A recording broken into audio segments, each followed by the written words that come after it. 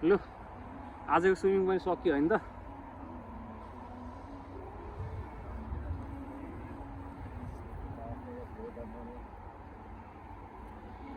आज चाहिँ हामी यहाँ स्विमिङ गर्न आएको सौल ठ्याक्कै सौलमा छौँ हामी यति बेला। स्विमिङ पुल चाहिँ यही हो।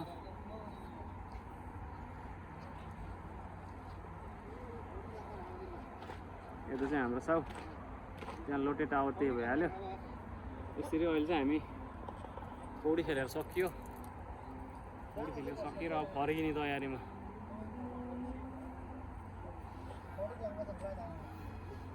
मलाई देखिन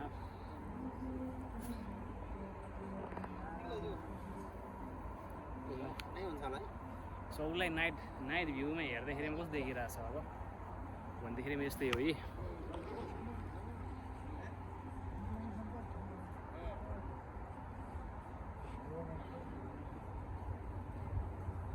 उरीको खिसुक चाहिँ एक फाका थियो।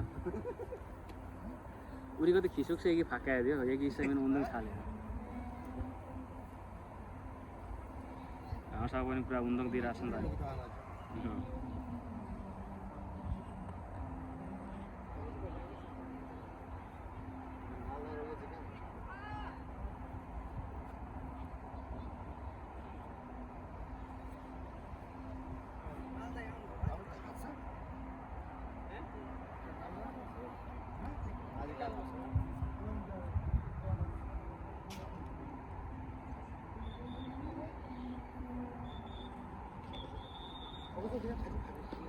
समग्रमा भाइ आजको स्विमिङ कस्तो भयो?